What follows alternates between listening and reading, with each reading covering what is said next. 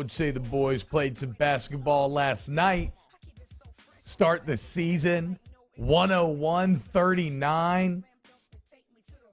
Behind Darius Days dropping 30 right now. It is my pleasure to welcome in the man himself, the general.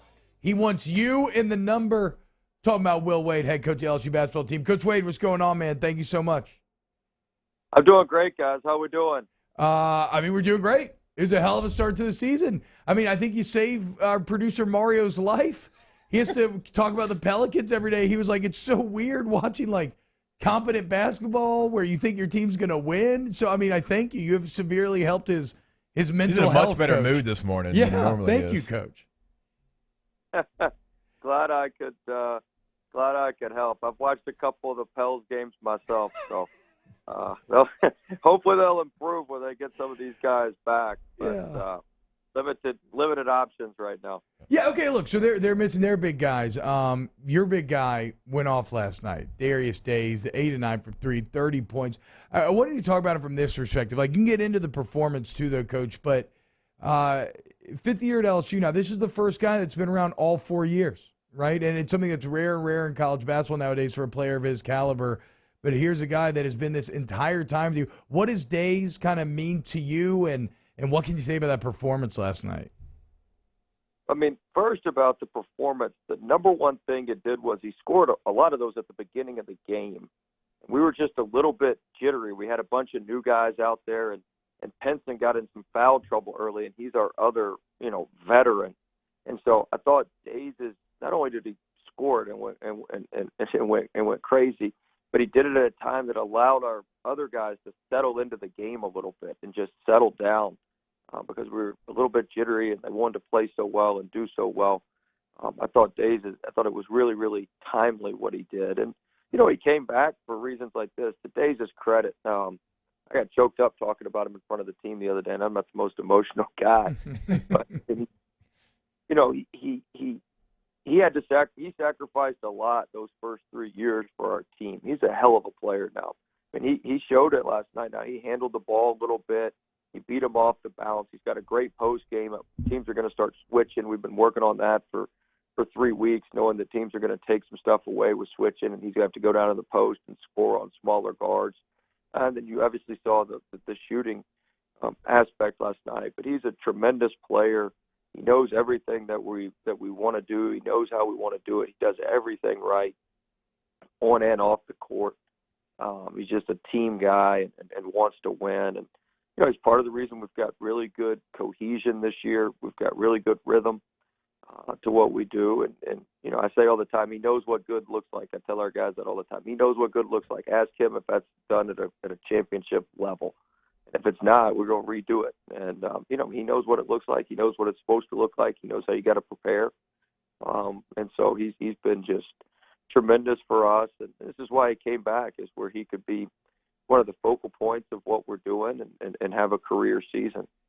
And I'm sure having him there every day, when you talk about having all these new guys, and we were talking about before you came on, Coach, you do have, transfers coming in. You got very talented high school players coming in, and you've really got this new group. Now, you've got some other players that were here a year ago, Wilkinson, Eric Gaines, those type of players. But having Darius Days really be the glue to try to get all these different personalities together and the chemistry of this basketball team, is that something that y'all have been continuing to work on, knowing you have so many different pieces than you had a year ago? Yeah, we spent a lot of time just working on, making sure we've got good cohesion to what we're doing and we're really connected. We spent a lot of time on that, probably more than we have on any other year. And Days has been a huge part of that. Xavier Penson's the same way. Penson's been huge.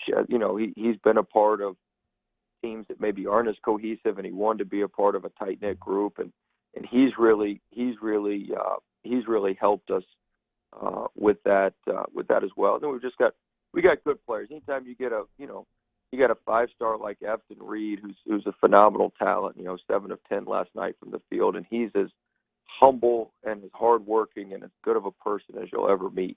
So anytime you got guys like that are really talented, but also, really humble and about all the right things, it helps with all that. But Days and Penson are certainly the leaders, along with Mwani Wilkinson, on the team and making sure that we're connected and doing what we need to be doing.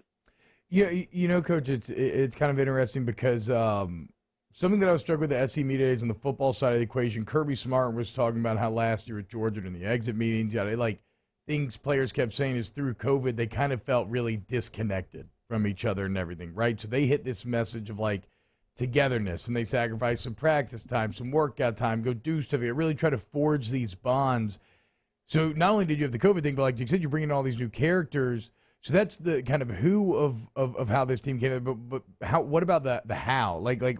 How did you? Or was there an emphasis on trying to forge those bonds off the court as well as on? Yeah, we did some of that. So all summer and all preseason, we called it Team Tuesdays. And so on Tuesdays, we basically didn't do basketball, and we did some sort of team building activity. It would alternate every other week. For lack of a better term, one week we'd kind of go do something fun or go do something a little bit off campus or somewhere else. And then the next week we would do it in more of a classroom setting where I would get up and talk about stuff and we'd get to know each other. Or Bruce Buggs, one of our he helps us with our team building. He's one of our psychologists, but he helps us with our team building. He would do a presentation, and we would go through some things. So we kind of alternated one week to the next week. We went and played wiffle ball at the indoor softball field, Coach Kareem, that one time. So we took him to an arcade. We did some team dinner. Just different things. We would alternate back and forth between those two things, and I think that really helped our guys get to understand each other, get to understand me, and I thought that was, I think that's been valuable for us. Hey, Coach, one of the first times I got a chance to really sit down and talk with you, you and I were both on a plane to Dallas. I think it was the LSU-Miami game. We were doing a coach's caravan, but it was fascinating to me hearing you talk about scheduling non-conference games and what that meant to the season and trying to put together the best possible schedule that you could. And I know last year probably had to be difficult for you because there's a reason that you wanted to have these games in certain moments, and with COVID, it was very difficult. And this year, I see you Belmont, Liberty, a Louisiana Tech team that's going to challenge for the Conference USA. Lipscomb is on the schedule as well. I know last year that had to be tough for you, but this year it seems like you've got those teams ready to go. They're going to challenge your basketball team and also, be quality wins if you're able to get the W. Yeah, I talked to the team about that last night. Texas State returns 4 of their 5 starters on Friday, and they won the Western Division in the Sun Belt. We're stepping up in class. It's going to be a massive step up in class. They're really good. They play at one of the slowest tempos in the country. They have the 12th best defense in the country.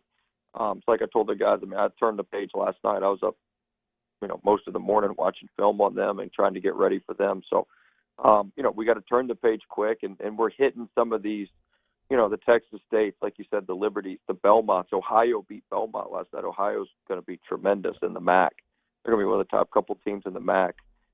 Like you said, Louisiana Tech and Lipscomb with the A-Sun will challenge at the top of the A-Sun with Liberty. So, yeah, we're hitting our stride with some of these really, really, they're challenging games. They're tough games to win at home. But if you can win them, it really helps your numbers at the end of the season. So, be a big challenge. With Texas State, their point guard, their shooting guard, and their 4-man are all 3 all-league caliber players. They've got a highly recruited transfer who I know from back in Georgia, and so it'll be a big challenge on Friday. But this is what you have to do if you want to build a good resume. Well, and we all know how much of a scheduling fanatic you are in terms of putting the team in the best position. But it's when you talk about game film, right? I've always heard of burn the tape film when things go badly. Is it possible that there's like a burn the tape from when it goes as well as it did last night, or how much time do you spend on it with the team? How do you critique a game like last night where you just, absolutely run away with the thing? Well, we'll go over a couple things. I thought our ball movement on offense was really good. We valued the ball well. Their point guard, number 3, he was top 20 in the country last year in steal rate. And that's impressive. He got over 2 steals a game. He was great at swiping down at the ball, put a huge emphasis on ball security. So there's a couple of times we did a good job against him. So we'll show some of the good offense, some of the flow on offense, just some of the details. We free throw X every time. Tari got 1 rebound. We're in position to get 3 or 4 more free throw offensive rebounds, like little stuff like that. If we can keep doing that, you know, that'll help us. That'll help us win. So we'll show some of those details, especially offensively. Defensively, you know, we gave them 6 points on you know, where we didn't secure the ball on loose balls. We were trying to dribble to control, which I hate. Gave them 6 points on that in the first half. So, you know, we got to clean that up. We fouled them too much in the second half. We got to work on getting our foot out of bounds on these baseline drives. We met them outside the red zone, but we got to be we got to be about another half foot over so we can cut these guys off. So we'll show some of those clips and work on that, and then we'll certainly show you know, some of the clips of our press. We left some things out there in the press. I thought our ball pressure and our hand activity wasn't as good as it can be. So there's plenty of things we can improve on, and we'll show that, and hopefully we'll be better on Friday. Yeah, this Friday coming up, Texas State, 7 p.m. in the PMAC. It's going to be rocking. Coach Wade, how's the crowd? Is there anything you say to the fans, the students, anything to get ready for Friday? Oh, it was awesome. I mean, I thought that we had over 2,000 students there. I thought they were tremendous. I think anytime, you know, the student section sets the tone for the whole, for the entire stadium or entire arena. You look at football with the way the student section's been, and with us last night. I mean, they were awesome. I was so excited to see them, and they were all the way up to the top. I thought our fans were great. Had just under 10,000 in there. That's right. And hopefully they saw a team that plays really, really hard. They play together, man. They play for LSU. They love LSU. They love playing for LSU and playing for Louisiana. And we played pretty smart. I mean, I talk all the time about play hard, play smart, think team. And smart to me is playing with attention to detail. I thought we had pretty good attention to detail last night. There's some things we need to, we're going to need to clean up. But I thought overall our attention to detail was pretty solid. Coach Will Wade, the man, coach of the winningest team in the SEC over the past 3 years. Hell of a start last night. Coach, thank you so much for coming on this morning, man. Come on, guys. Boot up. Let's go. Boot up.